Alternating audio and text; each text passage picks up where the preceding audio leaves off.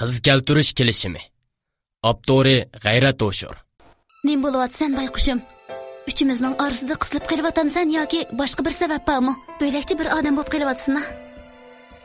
O'zining omroq tomoqlarini bo'yirtib bo'lib so'rdi u. Kallamda xiyol to'lar O'shangul. Nima xiyol Shakir? Biz 3 yilimiz seni yaxshi ko'ramiz. Biroq sen birimizni suyatding. Kallanga kirib elib seni shuncha bearam qilgan nima u? O'zimni bilmayman. Bo'ldi, so'rma. Ba'zida erkakligimni demasam, rosa unsilib yig'lug'im kelib ketadi. Bugunmi sal diqqat qilmasam, yig'lab soladigandek qilardim. Shamsiyaga burunqidek muomala qilmayapsan. Qaysi kuni uni muhabbatlashganmi deb so'roqningdan qaraganda, uni kunlab yurmaydigansan. Bilishni shuncha xohlaganlarim shu bo'lsa-mu, ig'iz ochamaganim shu edi. Balkim shundaqdir. Qani deb bermamsan. Bo'ladi, deb beray. Ammo shartim obdan g'azalinasan. Qarasam ishtoyingni tutilib qelyapti. O, g'azalangach so'zga tutish qildi. So'zlab gelsam gap to'la. Bularni hikoya shaklida sana so'zlasam tugatmagan bak qiyin. Shunga bayon shaklida mundaq deb beray, o'zing tushunib ol. O, ko'zimga obdan bir qarab o'tib, yana bir gapni eskartib qo'yay. Men bularni bilganimcha deb beraman. O, shundaq deb qo'yib hikoyasini boshladi. Biz Shamsiya bilan Murat orqali tepishdik. Oliy maktabga kelganimizda Murat bilan Shamsiya bir sinfga kelib qopdi. Ularni to'liqsizligi saboqdoshlar bo'lgani uchun osonla tanishibdi. Sen bilsan, Oygul bilan men jahondagi nochi yigitlarning bayri bizga voy desa, nochilarning nochisi bizga bo'lsa deb yurgan chaqlarimiz edi. Shunlashqimi Muratni pat-pat izlab yuratdik. Shu jarayonda Shamsiya bilan tepishib oldik va tezlik yaxshi do'stlardan bo'lib ketdik. Uni sen bilan ko'rishtirishdan qochirdik. Chunki senmi bizning qalbimizdagi bir ma'budimiz bo'lib, to'liqsiz Shamsiya bilan bir partada o'tirganlarda bir-biringlar bilan cheqishib yursanlarmi, bir-biringlarga bakmi amroq edinglar. Shuni ko'rishib qolsanglar, shu jaqlardagi amroqliginglar qo'zg'alib qolib tepishib olamiki deb qo'rqdik. Biz demasak, Muratmi sana demaydi. Chunki bayqishimizcha Muratmi shu jaqlarda Shamsiyaga bo'lakcha amroq bo'lib, biz o'ylaganni o'mi o'ylaydi. Sen bilasan, Murat o'tir maktabdan boshlab Oygulni qo'g'lashib yurgan. Oliy maktabga kelibmi bir mazgil qo'g'lashdi. Vaqtning o'tishiga, Shamsiyaning paydo bo'lishiga egishib, bizga, jumladan Oygulga foyda emas bo'lib oldi. Oygulning qanday qizligi sana ayon. U o'zi Muratni yaxshi ko'rmasa-mu, o'zini qo'g'lashib yurib, boshqa biriga burilib ketishiga chidaydi demsan. Shuning bilan u aksini ko'tarib chiqdi. Uning aksi o'tib ketgan bir aloqanat bo'lib, dadasining huquqi, pullariga tayanib qizlarni bo'sa qilib kelgan bir nima. U paydo bo'lgandan keyin bizni Urumchining butun o'yin tomoshalaridan bahramand qildi. Shanba yakshanba bo'ldimi? Diskoxona, kashlik bazmaxona, donglik oshxona qatorliq yuqori iste'molli o'rinlarga aparatdi. U chaqlarda Shamsiya o'yin tomoshaga uncha amroq qiz bo'lmasa-mu, bizning birga borayli deb so'rashimizga chidamay birga berishga majbur edi. Shunlashqimi doim Muratni birga ila oladi. Murat bo'lsa biz bilan birga borsa-mu, Oygulning aksidan qo'rqibmikin, Shamsiyaga bak yaqinlashamaydi. Oygul bundan xush. Shamsiya azroq bearam bo'ladi. Men bo'lsam o'yin ko'gichi tomoshabin edim. Biroq Oygulning aksi mast bo'ldimi, o'zining abdi basharasini oshkorlaydi. U birdan Shamsiyani tansiqlatsa, birdan meni tortib, og'zi gaplarni qilib ichimizni elishtiradi. Shamsiya qo'pqili unmasa Oygulning zo'rlashi bilan majburiy qo'patdi va tansidan tushibla menga uning qilgan paranglarini deb beradi. Menmi uning deganlarini yo'shirmaydi aytdim. Shunlashqa uning suyuq, tutami yo'q narsa ekanligini bilib, voy demaydik. U har ishkilimizga muhabbat izhor qiladi. Uningdan bezor bo'lsaqmi, yanada uningga muhtoj bo'lardik.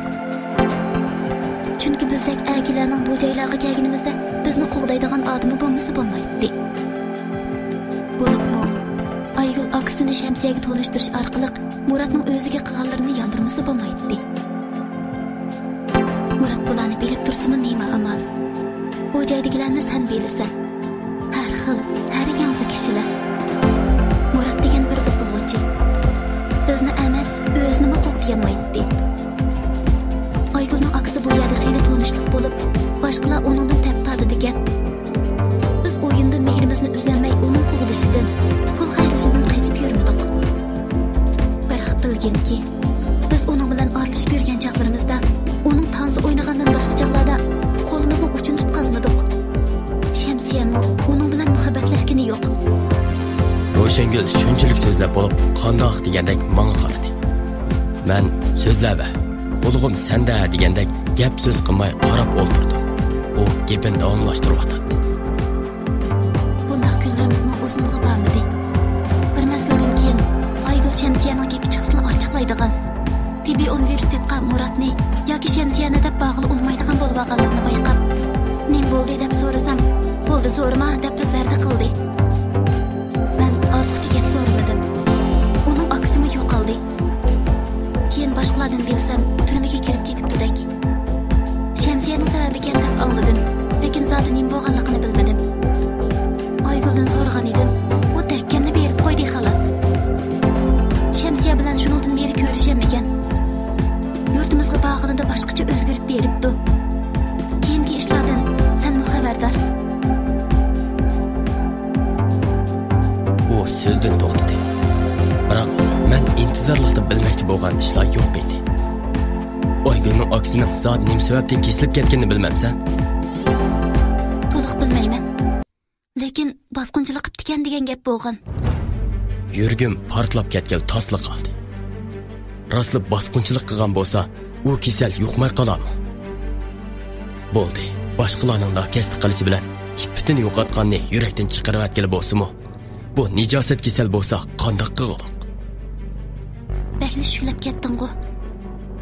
Shamsiya boshqalarning ziyonkashligiga uchragan bo'lsa-mu, yanada yaxshi qiz. Men uchratgan qizlarning ichida unchalik bir esli qizni uchratmaganman. O'zingni to'xtat. Hozirgi qizlarning ichida qanchasining ipiti bor deysan? Ro'shangul mening qalbimni qandoqmi tushunsin? Elig'i uning ipiti ekan.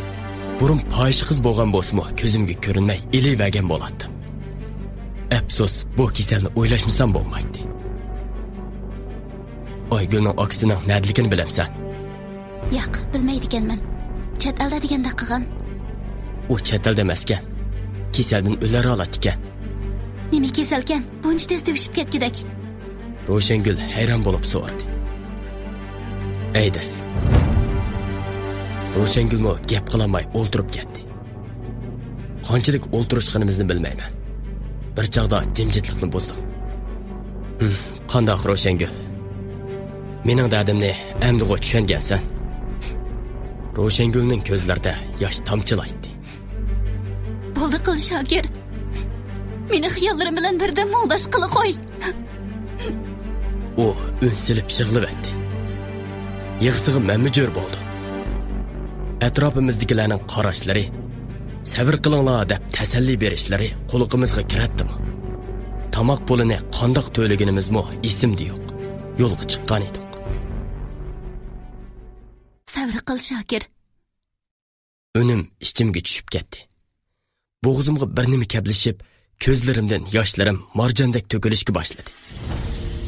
Cho'ng ko'chada Ro'shangul bilan quchoqlashib, rosa yig'lashdik. Ro'shangul bilan mening kayfiyatimdagi o'zgarish to'tlimizga ta'sirini ko'rsatdi. Ilgari Shamsiyaga muhabbat bilan beqish uning ko'yinishiga o'zgarib, uni beyarim qilib qo'ydi. Bir kuni kash Ikkanlarga nima bo'ldi? Xuddi meni kasalxonada kutayotgandek qilib ketibsizlar-ku. Ayronliq ichida boqqan ko'zga nima deb javob bera oldik? Sening kasalingdan xabar topdik. Sen demagan bilan yaqinda o'lsan demdik. Mumkin bo'lmaydigan ishda. Ro'shangul bilan bir qarishib qo'yib. Ko'yinsam nima bo'pti? Yaxshi ko'radigan oshig'imga qilganning hayron qoldik nimasi bor? Shundoq deganim bilan yuragim yig'laydi. Bo'ldi qila Shamsiya. Bizmi seni hurmatligimizdan qilyapmiz. Ro'shangul qo'shiq soldi. Demisimi, uni faqat ish qilib qo'ymaydi.